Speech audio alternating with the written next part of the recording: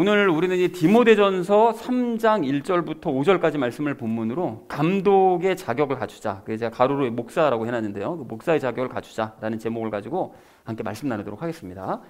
자, 우리가 그 지난주에 2장을 모두 마치면서 그 고난의 상황을 맞은 그리스도인이 어떤 태도를 가져야 되느냐, 이것에 대해서 우리 세 가지 이야기를 지난주에 나눴거든요. 그 첫 번째로 나눴던 이야기가 무엇이었을까요? 네, 그렇습니다. 그 세상의 그 남자들은 그 어려운 상황이나 고난의 상황이 닥치면 폭력적이 되기 쉽고요. 또 세상의 그 어떤 여자들은 그 상황을 잊기 위해서 자기를 치장하고 소비하고 막 이러는 일에 관심을 가지지만, 그리스도인 남성들은 어떻게 된다고 그랬죠? 그 폭력의 손이 아닌 기도의 손을 가져야 된다. 그리고 여성들도 자기의 육체를 꾸미는 일이 아니라 혼을 꾸미는 일, 그러니까 선한 행위로 치장을 해야 된다 라는 말씀을 드렸었죠. 그래서 이게 지금도 마찬가지라고 그랬습니다. 우리가 사회적인 문제를 예를 들었었는데, 그 사회적인 문제로 우리가 아무리 분노하고 막 분노의 손을 들고 그것으로 막 폭력적인 어떤 힘을 써봐야 변화가 되지 않는다고 그랬죠. 그래서 우리 모두가 기도해야 된다. 그리고 우리 그리스도인들은 예수님을 닮는 선한 행위에 더욱 힘을 써야 된다. 그래야 문제가 해결된다 라는 얘기를 첫 번째로 우리 함께 나눴습니다. 자, 그런가 하면 두 번째로 나눴던 이야기가 무엇이었을까요?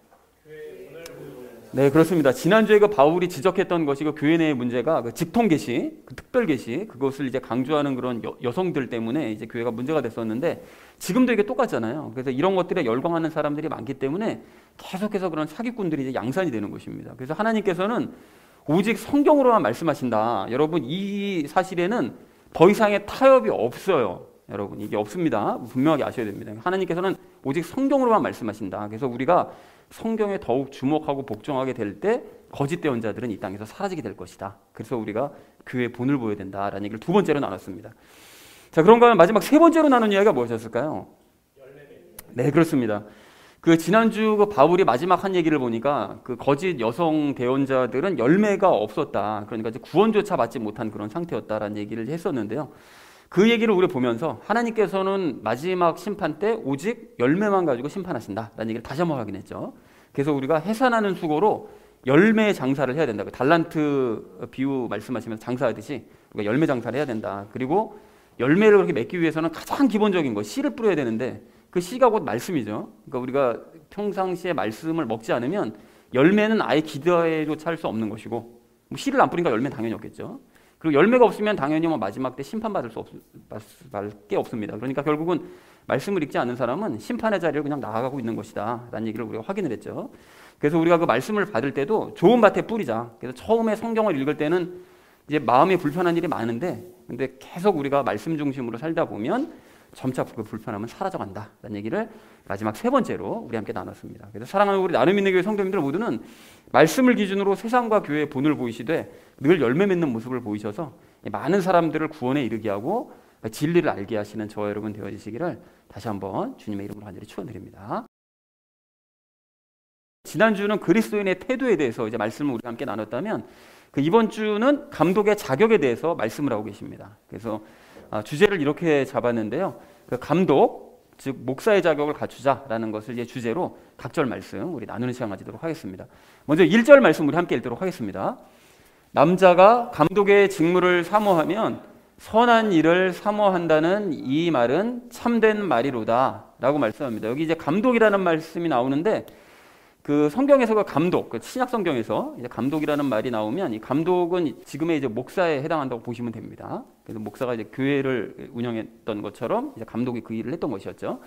그리고 감독의 직무를 사모하면 선한 일을 사모한다는 이 얘기는, 감독이 되기를 원하는 사람은 저절로 선한 일을 좋아하게 된다라는 뜻이 아닙니다. 여러분, 이 말씀을 자세하게 묵상을 해보시면 감독이 되기를 피상적으로 볼 땐 그렇지만, 감독이 되기 원하는 사람은 보통 선한 일을 좋아하고 열심을 낸다는 거예요. 그리고 그런 사람들이 더더욱 그 일에 더 열심을 내게 된다라는 이제 그런 의미라는 것을 확인할 수가 있습니다. 자, 그래서 1절 말씀을 이렇게 정리할 수 있겠는데요. 감독의 직무를 맡기 원하는 사람은 보통 이제 선한 일 행하기를 좋아한다라는 이 말은 참된 말이다, 틀림이 없다라는 것을 1절에서 선포하고 있습니다. 그럼 그 선한 일은 도대체 무엇이냐? 그것이 이제 2, 3절, 4절까지 그 선한 일이 무엇인지에 대해서 얘기를 하고 있죠. 그래서 2절 말씀 우리 함께 읽도록 하겠습니다. 그러므로 감독은 반드시 책망받을 것이 없으며 한 아내의 남편이며 깨어 있으며 맑은 정신을 가지고 있으며 행실이 바르며 손님 대접하기를 힘쓰며 가르치는 재능이 있으며 라고 말씀합니다. 굉장히 조건이 많은데요. 다른 것들보다 여기 하나님의 남편이라는 것은 성적으로 문란하지 않은 사람, 그러니까 오직 한 아내만 이제 취한 사람을 이야기하고 있고요. 그리고 맑은 정신을 가지고 있다는 건 지난 시간에도 얘기했었죠. 거짓 여성 대언자들이 맑은 정신을 가지고 있지 않았다라는 얘기를 했었었는데, 진중한 거, 그러니까 술에 취하지 않은 그런 상태, 감독은 이런 자격을 가지고 있어야 된다는 것이죠. 그리고 손님 대접하기를 힘쓰라고 얘기하는데, 여기서 굳이 손님이 갑자기 왜 튀어나오는가 하면, 당시에는 순회 전도자라고 각 교회를 이제 돌아다니면서 복음을 전했던 그런 사람들이 있었습니다. 그래서 그런 사람들이 오게 되면 순회 전도자들을 대접하는 것을 기뻐하고 잘 대접해주는 그런 것을 이야기하고 있습니다. 그리고 가르치는 재능도 있어야 된다고 얘기하시죠. 그래서 감독은 가르치는 재능도 있어야 된다라고 이제 얘기를 하고 있습니다. 자, 그래서 2절을 이렇게 정리해 볼 수가 있겠는데요. 감독은 반드시 책망받을 것이 없고 한 아내의 남편이며 깨어있고 진중하며 행실이 바르고 순회 전도자를 잘 대접하고 가르치는 재능이 있어야 된다라는 것이 이제 2절의 의미가 되겠습니다. 자, 이어진 3절 말씀 우리 함께 읽도록 하겠습니다. 자기를 술에 내주지 아니하며 구타하지 아니하며 더러운 이익을 탐내지 아니하며 오직 인내하며 말다툼하지 아니하며 탐욕을 부리지 아니하며 라고 말씀하고 있습니다. 술에 내주지 아니하며라고 얘기했는데, 그건 당연히 이제 술을 즐기거나 취하지 않는 상태를 얘기하는 거죠. 감독이라는 사람이 막 술 이렇게 올라와가지고 말씀 전하고 이러면 좀 은혜가 안 되겠죠. 아무래도 그러니까 그렇게 되면 안 된다라고 얘기하고 있고요. 구타하지 않는다는 것은 폭력을 사용하지 않는다는 그런 얘기가 되겠습니다. 그리고 더러운 이익을 탐내지 않는다는 건 당연히 불이한 어떤 이익들, 그게 당연히 사회적으로도 그게 잘못된 건데 그거를 탐하거나 재물을 탐하거나 이래서는 안 된다, 감독은 이라고 이제 얘기를 하고 있습니다. 그런데 여기 보면 이 하반절 말씀에 인내한다는 얘기가 나오거든요. 이게 갑자기 인내하는 얘기가 갑자기 왜 나왔냐라고 생각할 수 있는데, 무엇에 대한 인내냐라고 생각하실 수 있는데, 이것이 바로 앞절에 있는 그 말씀을 인내하는 것을 이야기합니다. 뭔 소린가 하면 술에 취하거나 폭력을 사용하거나 이익을 탐하려는 그 유혹들을 인내한다는 거예요. 그러니까 감독이라는 사람이라고 해서 그냥 예수님처럼 완전히 그냥 거의 초인처럼 그냥 이런 것들에, 세상 것들에 아무런 관심도 그냥 초월해서 사는 이런 상태가 아니라 사실은 옛 모습이 있는 거죠. 그래서 때로는 술에 취해버리고 싶기도 하고 폭력을 사용하고 싶은 그런 마음이 들 때도 있고 어떤 이익을 탐하려는 그런 마음이 들 때도 있지만, 그 모든 것들을, 그런 유혹들을 인내한다는 거예요. 예수님의 능력으로. 그래서 인내해야 된다라고 얘기를 하고 있습니다. 그리고 말다툼하지 아니한다는 말씀은 사소한 일로 이제 말다툼을 하지 않는다는 이제 그런 의미가 되겠죠. 자, 그래서 3절 전체 의미를 이렇게 정리할 수 있겠는데요. 감독은 술에 취하거나 폭력을 행사하거나 불이한 이익을 탐하지 않고 오직 인내하면서 말다툼하지 않고 탐욕을 부리지 않는 사람이 되어야 된다라고 얘기했다는 것이 3절의 의미가 되겠습니다. 자, 이어진 4절 말씀 우리 함께 읽도록 하겠습니다. 자기 집을 잘 다스려서 자기 자녀들을 모든 위험으로 복종시키는 자라야 할 것이며 라고 얘기합니다. 여기 앞에 2, 3절 우리가 방금 봤었던 여러 가지 조건들이 외부의 사람들에게 보여지는 그런 어떤 모습들, 그런 것들과 이제 관련이 있다 하면, 이 뒤에 있는 4, 5절은 가족과의 관계와 이제 관련이 있습니다. 그러니까 감독은 외부에서만 잘하는 사람이, 교회에서만 잘하는 사람이 되어서는 안 되고 가정에서도 잘해야 하는 사람이 되어야 된다라고 얘기를 하면서 자기 집을 잘 다스려야 된다고 얘기를 해요. 근데 이제 2, 3절에서 언급한 이 내용들이 몸에 밴 거죠. 그래서 이런 사람들이 가정에서도 그걸 그대로 실천하는 거예요. 가정 내에서도. 그래서 가정 또한 잘 관리하는 이제 그런 사람이 되어야 된다라고 얘기하고 있습니다. 그리고 모든 위험으로 이제 복종시켜야 된다, 자녀들을라고 얘기하는데, 이 복종시킨다는 것은 권위주의적인 어떤 자세로 자녀들을 억지로 찍어 눌러서 복종시키는 거, 이런 건 당연히 의미가 아니겠죠. 그러니까 자식들에게 권위는, 항상 말씀드리지만 권위는 세울 수 있어야 되지만 권위주의는 곤란합니다. 그리고 우리가 왜 앞서 나가서 행하는 사람도 리더 타입이고 보스가 있잖아요. 보스는 찍어 누르는 사람, 리더는 자기가 솔선수범하는 사람, 이렇게 나눠져 있는 것처럼 권위는 당연히 세울 수 있어야 되지만 권위주의는 당연히 멀리해야 되는 거죠. 그래서 예수님께서 주신 권위를 가정 내에서 행사해서 그래서 자녀들이 자연스럽게 순종할 수 있게 해야 하는 사람이 감독이 맡은 일이다. 감독이 될 만한 그런 자격이 있는 사람이다 라고 얘기를 하고 있습니다. 그래서 자세한 내용은 적용 시간에 이 부분은 말씀드리도록 하겠습니다.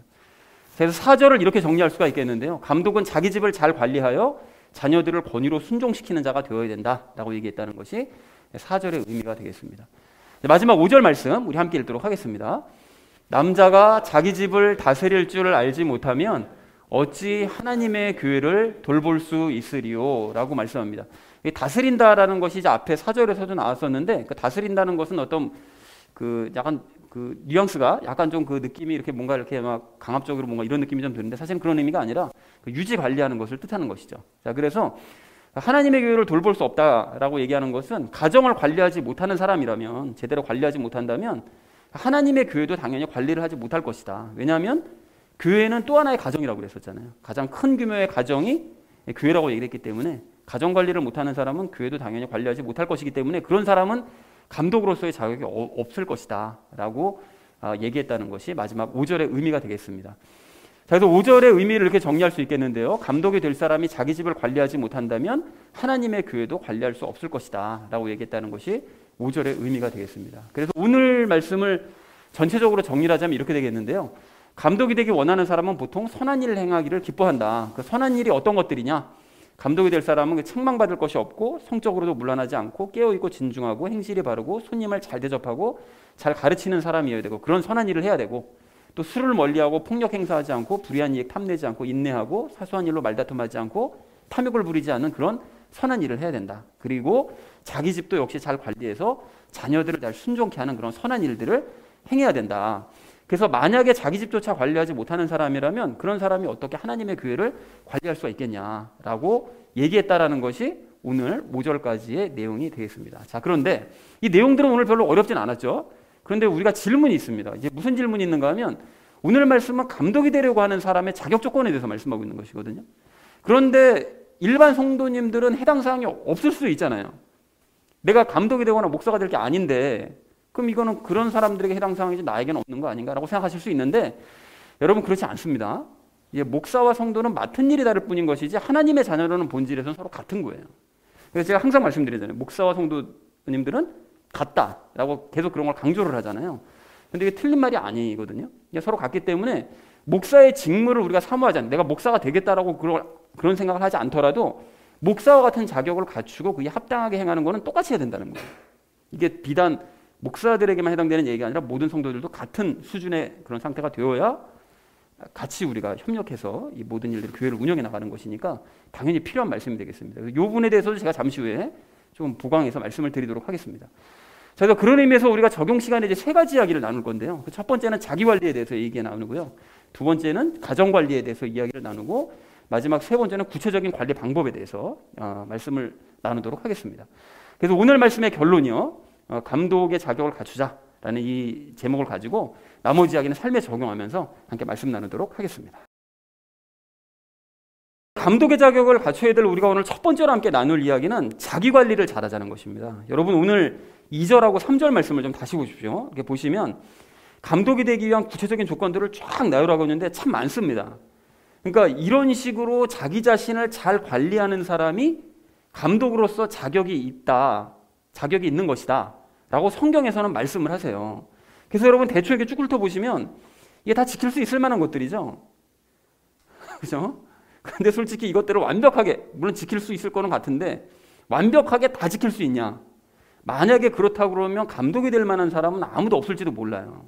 그런 의미에서 여러분 우리가 알아야 될 것이 있는데, 오늘 2, 3절에서 말씀하신 이 조건들을 갖춘 사람이 감독이 돼야 되는 건 분명히 맞습니다. 그리고 심지어 이 조건들은 최소한의 조건이에요. 이것들보다 더 열심을 내야 됩니다. 그러니까 이건 최소한의 조건이에요. 최소한의 조건. 근데 여기서 중요한 게 무엇인가 하면 이 모든 조건들을 노력해서 갖추려고 해서는 안 된다는 거예요. 대신 이 모든 조건들을 갖춘 분을 찾아야 돼요. 그분이 누굽니까?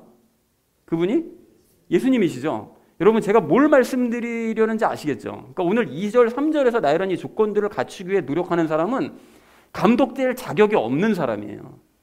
아, 이런 조건이 있구나. 그럼 이 감독이 이런 사람이 감독이 돼야 되겠네? 그럼 이렇게 되려면 열심히 노력해야 되겠네? 이 생각 자체라는 사람은 감독 자격이 아예 없어요. 그런 사람 자체는.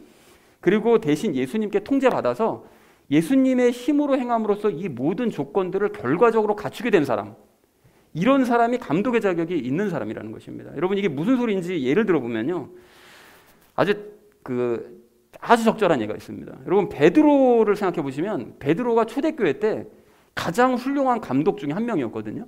모든 교회를 잘 관리했었던, 여러 교회를 관리했었던 아주 훌륭한 감독이었는데, 그 성령님 세례받기 이전에 베드로를 여러분 생각해 보세요. 예수님 제자로 있을 때, 그때 여러분 베드로 생각해 보면 그 베드로가 오늘 2절, 3절에서 얘기하는 자격 조건을 갖추고 있었느냐? 전혀 아니었습니다. 도리어 반대였어요. 예를 들어볼까요? 베드로 책망받을 게 많았죠. 예수님께도 막 책망받았잖아요. 그리고 전혀 깨어있지도 않았고요. 맑은 정신도 아니었고요. 가르치는 재능도 없었습니다. 그리고 전혀 인내하지 못했고요. 수시로 말다툼했고요. 종종 탐욕 부렸어요. 그러니까 오늘 2, 3절에서 말씀하시는 이런 조건들을 거의 갖추지 않은 사람이 베드로였습니다. 그러면 그랬던 베드로가 열심히 노력해서 2절, 3절의 조건을 갖추게 되었기 때문에 감독으로서 훌륭하게 역할을 감당했던 것이냐? 전혀 아니었죠. 여러분 잘 아시는 것처럼 베드로는 노력한 것이 아니라 어떻게 했습니까? 성령님 세례를 받은 이후로, 그 전후로 예수님께 지속적으로 통제받는 삶을 살고 또 예수님께 함께 다스림을 받으면서 예수님과 함께 살다 보니까, 그러니까 어느 팀에 결과적으로 이런 조건들을 갖추게 된 거예요. 그래서 예수님 닮은 모습을 가지고 이곳저곳을 다니면서 감독으로서의 역할을 훌륭하게 감당했던 것이었습니다. 베드로뿐만이 아니잖아요. 여러분 요한도, 요한복음이 얼마나 내용이 은혜롭습니까? 근데 요한도 옛날에 한성질하던 사람이었거든요. 그리고 바울 같은 경우에는 정치 깡패가 아니라 종교 깡패였어요. 그래가지고 교회를 잔인하게 핍박하고 예수님을 아주 부인했던 그런 사람이었습니다. 그런데 그랬던 사람들 모두가 다 자신의 노력으로 감독의 자격을 갖춘 것이 아니라 성령님 세례를 받고 난 다음에 예수님께 지속적으로 다스림을 받는 삶을 살다 보니까, 특별히 바울 같은 경우는 아예 14년 동안이나 예수님께 훈련받으면서 다스림을 받다 보니까 자격이 저절로 갖추어져서 감독으로서의 직무를 수행하게 되더라는 거예요. 자, 그러니까 결국 오늘 2절, 3절에서 나열된 이 자격 조건들이 나에게 있냐, 없냐, 이 자격 조건을 갖추려고 노력했냐, 안 했냐, 이걸 따지는 것은 아무 의미 없는 것이고요. 성령님 세례받고 예수님 통제받는 삶을 살아서 오늘 2절, 3절 같은 이런 자격 조건을 갖추게 되었느냐, 이걸 따져야 된다는 거예요. 자, 그러니까 적용 1 오늘 제목이 뭐였었죠? 자기관리 잘하자고 그랬잖아요. 자기관리 잘하자는 얘기는, 그리스도인이 자기관리를 잘한다는 얘기는 결국은 예수님께 관리를 잘 받는다는 그런 뜻입니다. 자기관리 잘한다는 건 내 노력으로 열심히 뭘 행한다는 뜻이 아니라 예수님께 관리를 잘 받는 것이라는 거예요. 그리고 그렇게 예수님께 관리받고 본을 보이는 삶을 살아야 다른 사람들도 그런 삶을 살 수 있게 만드는 것이에요. 그러니까 그런 사람이 감독의 자격을 갖춘 사람이라는 것입니다. 자, 그리고 여러분 한 가지를 더 생각해 보십시오. 이 디모데서가 지금 성경에 기록된 것을 보면 이 디모데서는 목사들만 보라고 기록하신 것은 아닐 거잖아요. 그죠? 모든 성도들이 다 보는 성경에 굳이 목사의 자격 조건을 이렇게 기록해 놓은 것은 목사가 될 사람이 아닌 성도들도 이거 왜 봐야 되느냐, 이거 왜 기록한 거냐라는 생각을 할 수 있는데, 이게 자기가 속한 교회 목사가 이런 자격 조건을 가지고 있는지 확인시키기 위해서 물론 기록한 것일 수도 있겠지만, 더 큰 이유는 아까 전에 말씀드린 것처럼 뭐라고요? 목사와 성도는 똑같기 때문에, 같은 맡은 일만 다를 뿐 하나님의 자녀라는 조건 내에서는 본질상 똑같은 차이가 없기 때문에 모든 성도들도 목사와 다를 바 없는 2절과 3절의 자격을 갖춰야 되기 때문에 기록하신 거예요. 그래서 여러분 그 사도행전에 보면 브리스길라와 아굴라 부부가 나오잖아요. 그 부부가 보면 보통 사람들이 아니었거든요.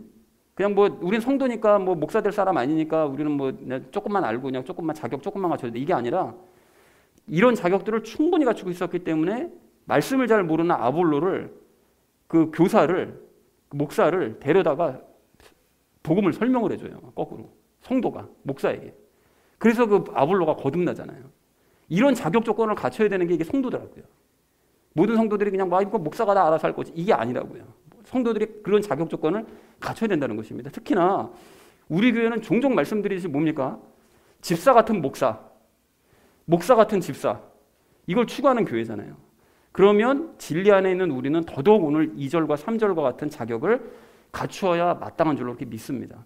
여러분 이상한 목사들처럼 막 목에 힘주고 그렇지 나는 목사 같은 사람이죠, 여러분 이런 우월감 가지라는 말씀이 전혀 아닙니다. 여러분, 그러니까 집사이지만 우리는 목사와 같은 삶을 살 수 있다는 것을 보여줘야 된다는 거예요. 다른 교회에 어지간한 목사들보다 낫다, 이런 얘기를 들을 수 있어야 된다는 거예요. 그리고 그런 삶을 사시기 위해서 우리 성도님들 모두는 어떻게 된다고요?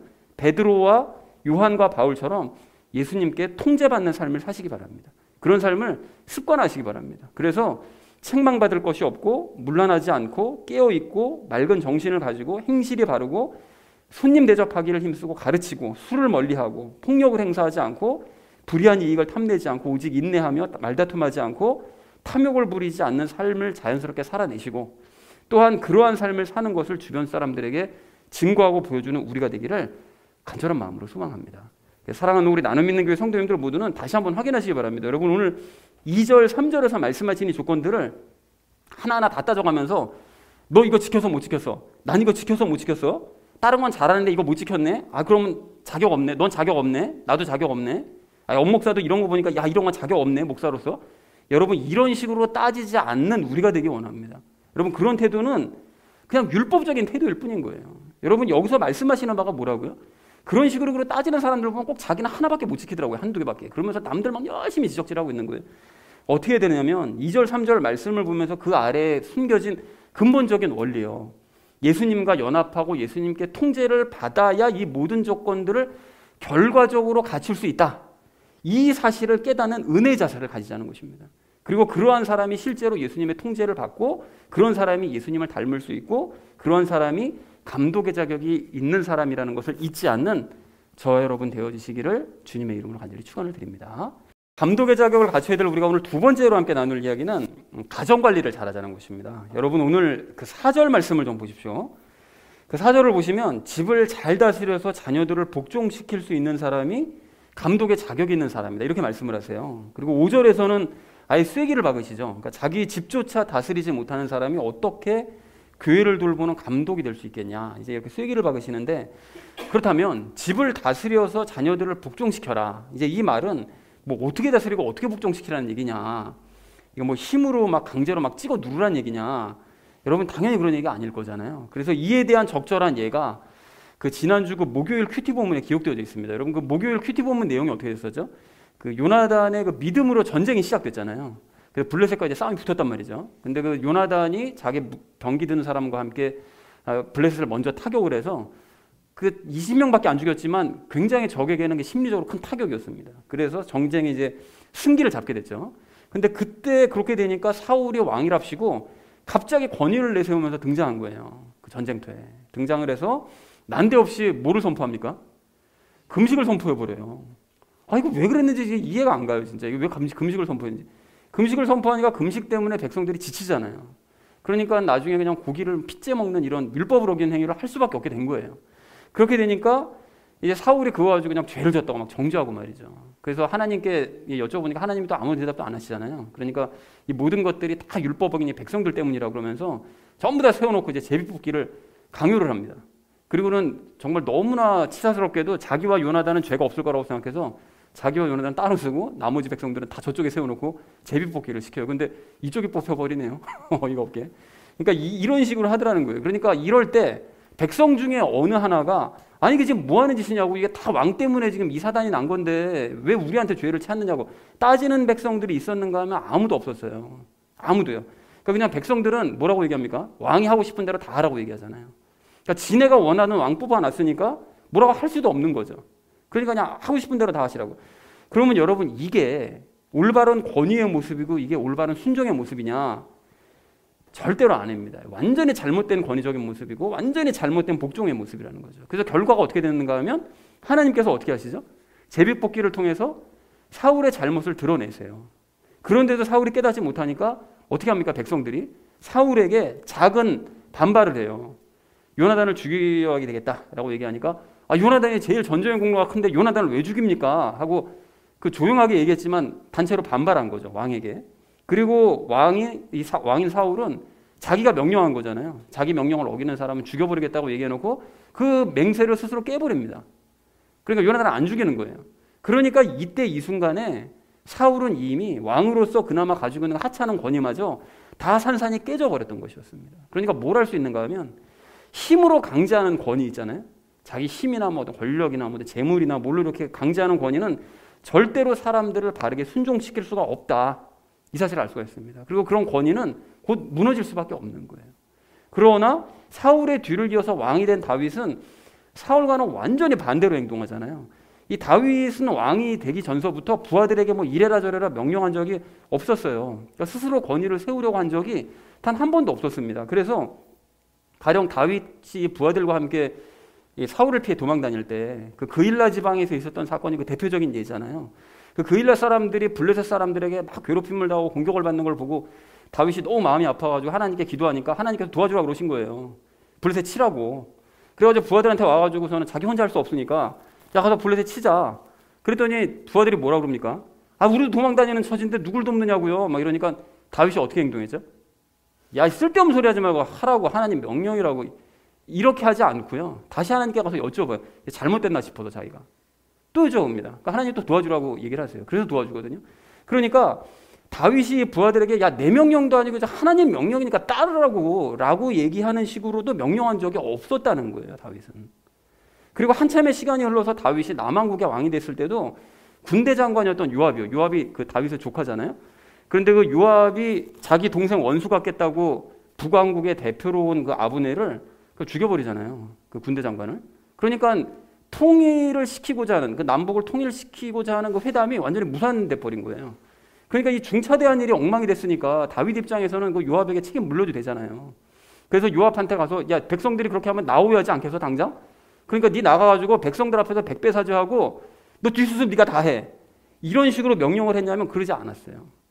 물론 저주는 했습니다. 홧김에 요압을 저주는 했는데 그저 아브넬의 죽음을 크게 슬퍼하면서 그 뒷일을 하나님께 맡김으로써 그 모든 일들을 일처리를 해나가더라는 거예요. 그러니까 다윗이 늘 이런 식이다 보니까 사람이 부하들이 때로는 다윗을 굉장히 우습게 여기는 거예요. 그래서 요압은 뭐 말할 것도 없었고 그 다윗이 사울을 피해서 살았었을 때 그 블레셋에 가서 산 적이 있었잖아요. 근데 블레셋에 가서 살았었을 때 그 아말렉 족속들이 쳐들어와가지고 가족들이랑 모든 재산 다 뺏어간 일이 있었잖아요. 그럼 그게 다윗도 같이 나가 있었는데 다윗 잘못이 아니잖아요. 그런데 이 황당한 일을 겪고 나니까 부하들이 어떻게 합니까? 이 모든 책임을 다윗에게 묻는 거예요. 희생양이 필요한 거죠. 그러니까 다윗에게 물고 이 다윗을 돌로 쳐서 죽이려고 하더라는 거예요. 이게 여러분 이게 생각해 보세요. 이게 정말 오랜 시간 동안을 함께 다윗과 함께 했었던 부하들이거든요. 근데 이게 평상시에 다윗을 얼마나 우습게 생각하고 이 다윗에게 얼마나 권위가 없었다고 생각하면 이런 일을 행할 수가 있었겠느냐고요. 평상시에 다윗이 막 그냥 조금이라도 까불면 바로 그냥 이런 사람이었다면 이런 일을 할 수가 있었겠습니까? 권위라고는 전혀 없었던 거예요. 그리고는 나중에 다윗이 왕이 되고 셋째 아들 압살롬의 반역으로 도망을 칠 때도 백성 중 어떤 사람은 다윗을 막 조롱하면서 막 비웃어요. 돌멩이 던지면서. 그때 이 만약에 다윗이 입 한 번 잘못 놀리면 바로 죽여버리는, 바로 처단해버리는 그런 왕이었다면, 그렇게 권위주의에 쩔어있는 그런 왕이었다면 그런 일을 과연 꿈이나 꿀 수 있었겠냐? 저도 못했겠죠. 그런데 다윗은 그런 와중에도 내 잘못 때문에 그런 거니까 내버려둬라 라고 얘기하더라는 것입니다. 그러니까 다윗이라는 이 사람에게서는 권위주의라고는 전혀 찾아볼 수 없었던 거예요. 그러나 결국 이스라엘 백성들이 지금에 이르기까지 다윗의 때를 가장 그리워하거든요. 그리고 다윗을 가장 위대한 왕이라고 생각을 해요. 여러분 왜 그렇습니까? 다윗이 인간의 그 권위를 내려놓고 하나님께 철저히 복종함으로써 하나님의 권위를 드러낸 왕이었기 때문에 그를 존경하는 거예요. 그의 권위가 아닌 하나님의 권위를 드러냈기 때문에. 그래서 여러분 백성들도 결국에는 어떻게 합니까? 이 다윗의 다스림에 순응하고 다윗에게 복종하더라는 거예요. 뭐 순종자랬던 여호수아의 경우는 말할 것도 없는 거죠. 그러니까 우리가 무엇을 할 수 있는가 하면 백성들을 순종케 하고 싶다. 어떻게 됩니까? 먼저 자기 자신이 하나님께 복종해야 된다. 이건 너무나 뭐 성경에서 말씀하시는 부지의 사실이라는 거죠.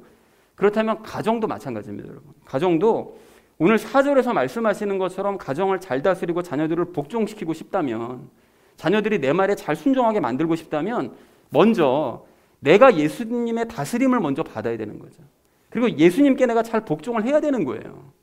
예수님의 다스림 받을 생각도 안 하고 예수님 말씀하셔도 들은 채도 안 하고 복종도 안 하고 자식 보고는 너 내 말 들어. 듣겠어요? 당연히 안 듣죠. 듣는 게 이상하죠.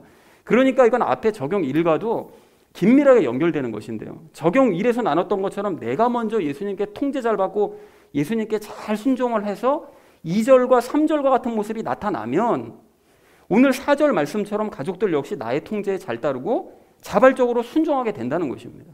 아니 이게 정확하게 말하자면 내가 먼저 그리스도께 복종하면 자녀들도 그리스도께 복종하게 되어져 있어요. 나에게 복종하고 그리스도께 복종하고. 그러나 반대로 내가 예수님께 통제받으려고 하지 않고 끝까지 순종하려고 하지 않는다면 가족들도 나에게 통제받으려고 하지 않고 순종할 리도 없겠죠. 아니 예수님이 순종하게 내버려 두시지 않습니다. 너 내 말 안 듣는데 왜 자식은 네 말 들어야 되니? 자식들이 네 말 안 듣게 난 내버려 둘 거야. 이렇게 하실 수밖에 없다는 거예요. 이 원리를 아시겠죠, 여러분? 그러니까 사랑하는 우리 나눔 있는 교회 성도님들 모두는 먼저 예수님께 다스림 받으시고 예수님께 순종하는 사람이 감독으로서의 자격이 있다는 사실을 아시기 바랍니다.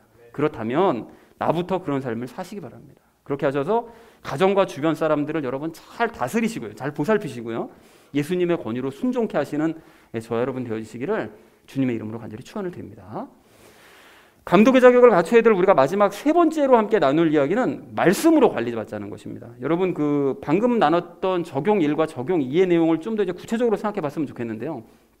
아까 적용 1에서 제가 말씀드리기를 예수님께 우리가 통치받아야 된다. 예수님께 다스림받아야 된다. 이렇게 말씀드렸는데 예수님께 통제를 받는다는 게 구체적으로 뭐 어떻게 해야 통제를 받는 것입니까?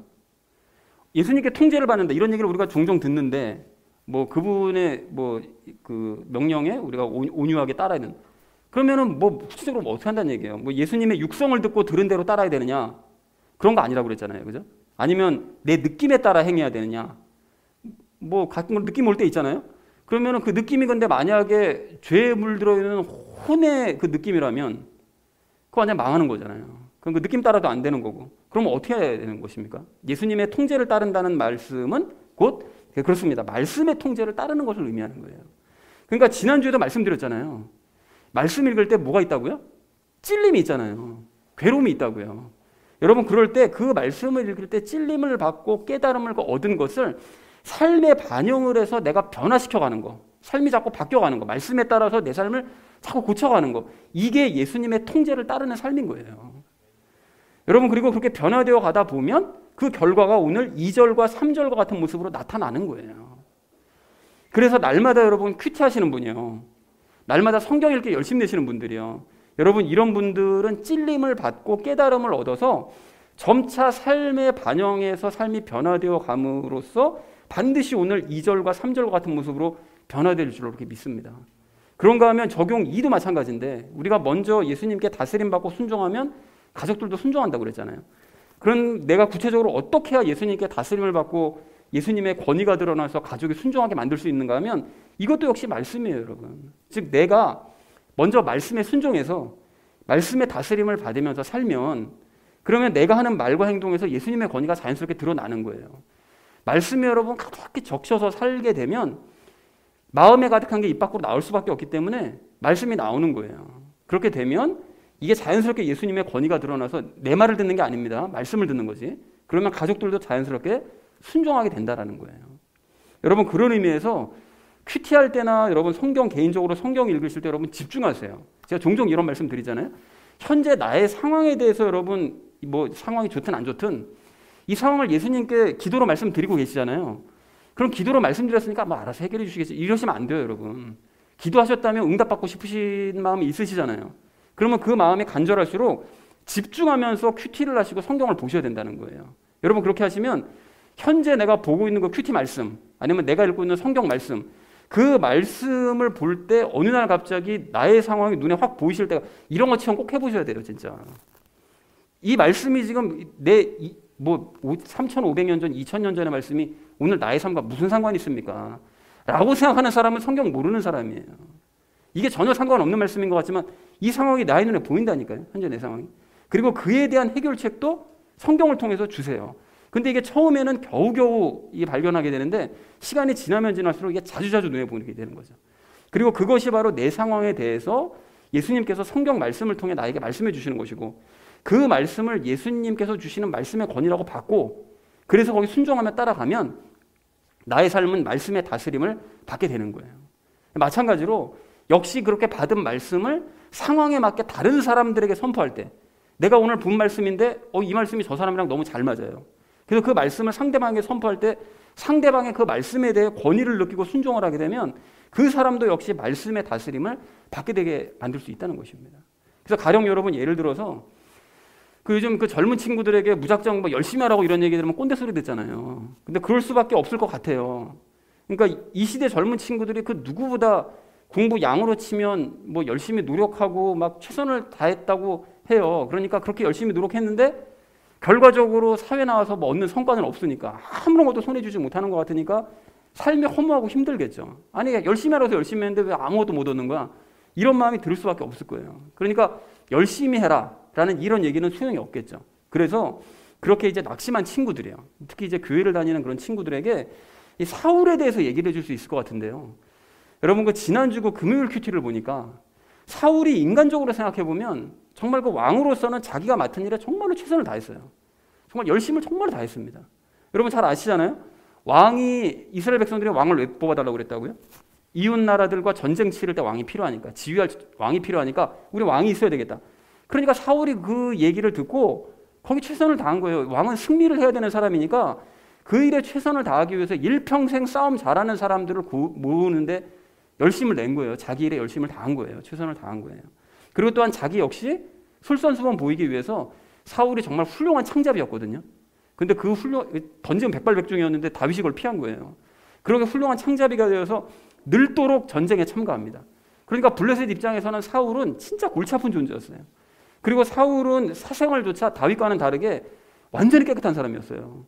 그러니까 나중에 나이가 들어서 이제 시중, 당시에는 그것이 전통 비슷한 관습같이 돼 있어서 나이 들은 사람을 시중 둘 만한 그 여자, 그 첩 하나 얻은 것뿐 일평생 한 여자의 남편으로서 살더라는 것입니다. 그러니까 그렇게 인간적으로 생각하면 사울은 가정에 충실하고 자기가 맡은 일에 일평생 열심을 냈던 그런 사람이었는데 사울의 가장 큰 문제점이 뭐였죠? 하나님과 아무런 관계가 없었어요. 하나님의 생각조차 안 하고 그냥 혼자 사는 거예요. 이게 그에게 가장 큰 문제인 거죠.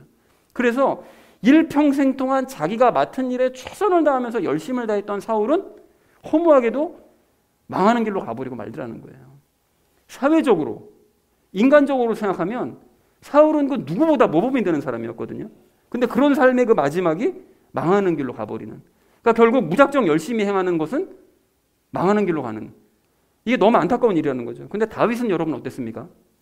여러분이 다윗도 물론 양칠 때부터 자기가 맡은 일에 최선을 다하고 열심을 다했던 것은 맞지만 다윗은 그런 일들보다 그 부업보다 우선은 하나님과의 친밀한 관계에 더 열심을 냈거든요. 그래서 다윗은 늘 기도하기에 힘썼고요. 늘 말씀 보기에 열심히 냈고요. 하나님을 찬양하는 일에도 그 누구보다 앞서서 열심히 했어요. 목소리 크게, 악기 연주 열심히, 이걸 연습한 거예요. 다윗이. 그 일에 열심을 낸 거예요. 그래서 다윗이 하나님께서 주시는 능력으로 왕도 되고 자기가 맡은 일에 더 열심을 낼 수도 있었다는 것입니다. 이게 순서가 있는 거죠.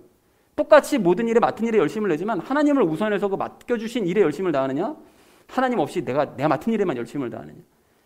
여러분, 그러니까 이런 예를 보면서 젊은 친구들에게 해줄 수 있는 말이 뭡니까? 너 세상에서 사울처럼 가장 높은 자리에 올라가서 왕된 자리까지 올라가서 네가 맡은 일에 최선을 다하고 네 맡은 일에 일평생 열심을 다하면서 살아가는 그런 삶을 살아가는 것을 세상은 중요하다고 생각하고 세상에서는 그렇게 살라고 강조한다.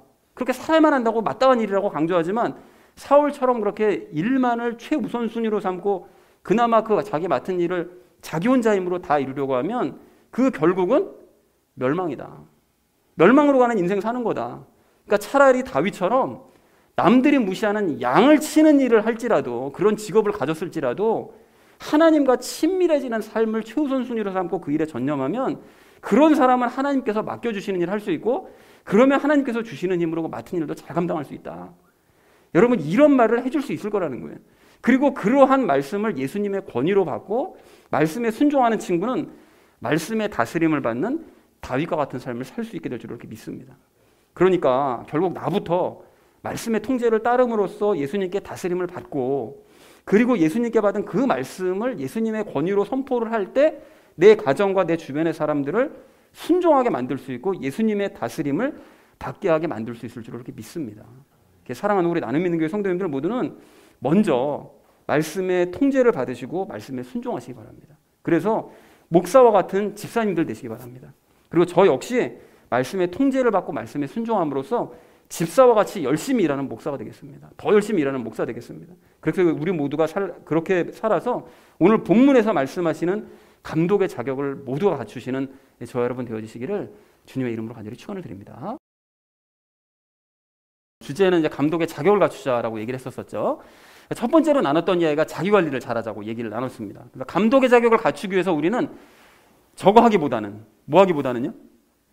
노력하기보다는 누구에게 통제를 받아야 된다고요? 하나님께, 예수님께 통제를 받아서 행하는 사람이 감독의 자격을 갖추는 것이죠. 오늘 2절, 3절에 이 감독의 자격이 이거야? 열심히 노력해서 이렇게 해야 되겠네? 아닙니다. 그런 사람은 감독의 자격이 없는 사람이에요. 그러니까 예수님께 통제를 받아서 행하는 사람, 그리고 2절, 3절과 같이 자기 관리를 잘하는 사람은 예수님께 무엇을 받는 사람이라고요? 자기 관리를 잘한다는 것은 내가 열심히 노력하라는 얘기가 아니라 예수님께 뭐를 받는다고요? 통제 또는 자기 관리를 받는 사람이죠. 자기 관리 잘하는 사람, 예수님께 관리 잘 받는 사람, 그리고 이런 사람이 역시 감독의 자격을 갖춘 사람이다. 그리고 세 번째로는 우리는 목사의 직무를 원하지 않더라도 목사와 같은 삶을 살아야 된다. 이게 참 중요한 얘기입니다. 아니, 내가 목사 될 것도 아닌데 목사 같은 삶을 살아야 돼. 이게 아니고요. 그걸 직무를 원하지 않더라도 목사 같은 삶을 사는 건 당연한 일이다라고 생각하고 사셔야 된다는 거예요. 그게 성경의 가르침이다. 자, 그리고 두 번째로 우리 나눴던 이야기는 가정관리를 잘하자고 말씀을 드렸었죠. 가정을 잘 다스리고 자녀들이 순종케 하려면 내가 먼저 예수님께 뭐를 받고요? 뭐를 받고요? 다스림을 받고, 그리고 예수님께 뭐를 해야 된다고요? 순종해야 된다. 자녀들이 그렇게 되기를 원한다면 내가 먼저 해야 된다. 누구에게요? 예수님께. 예수님께 다스림 받고 순종하면 자녀들도 자연스럽게 나의 다스림을 따르고 순종을 하게 될 수밖에 없다. 그리고 그러한 사람이 감독의 자격을 갖춘 사람이다 라고 얘기를 나눴었죠. 그리고 마지막 세 번째로는 이제 말씀으로 관리받자고 말씀을 드렸는데, 구체적으로 말씀드려서 통제받는다는 것은 무엇을 읽을 때요? 말씀을 읽을 때 순종하고 변화되는 그런 삶을 사는 사람, 그것이 예수님께 통제받는 것의 구체적인 의미예요. 뭐 예수님께 나는 통제받고 살아요. 말은 그렇게 하는데 말씀은 하나도 안 봐요. 거짓말하는 거죠. 통제받는 게 뭔지도 모르는 거예요, 지금. 그러니까 말씀을 읽을 때 순종하고 변화되는 삶을 실제로 살아내는 것. 그리고 내가 먼저 누구의 다스림을 받고 순종하면 가정도 나의 다스림을 인정하고 순종하는 것. 누굽니까? 당연히 내가 먼저. 그렇죠. 예수님이죠. 그리고 또 예수님은 무엇이니까요? 말씀이시니까 그 구체적으로 말씀의 다스림을 받고 내가 순종하면 가정도 나의 다스림을 인정하고 순종할 수밖에 없다. 그리고 상황에 적절한 이게 사람을 순종하게 만든다고 그랬죠. 뭐였습니까? 청년들에게 상황에 적절한 이거를 들려줘야죠. 내가 받은 뭐를요? 말씀을. 상황에 적절한 그 말씀이 사람을 결국 말씀에 순종하게 만든다. 그러니까 우리가 먼저 말씀을 알고 말씀에 순종해서 그 받은 말씀을 전달해 줘야 된다라는 얘기를 우리 함께 나눴습니다. 자, 그래서 사랑하는 우리 나눔 있는 교회 성도님들 모두는 예수님께 말씀으로 통제를 받으셔서 2절과 3절과 같은 삶을 사시기 바랍니다. 또한 내가 먼저 예수님의 말씀으로 다스림 받고 순종하셔서 가정도 말씀의 다스림을 받게 하고 순종케 하시기 바랍니다. 그렇게 하셔서 목사의 자격을 갖추는데 부족함이 없는 저 여러분 되어지시기를 주님의 이름으로 간절히 축원을 드립니다. 우리 함께 기도하겠습니다.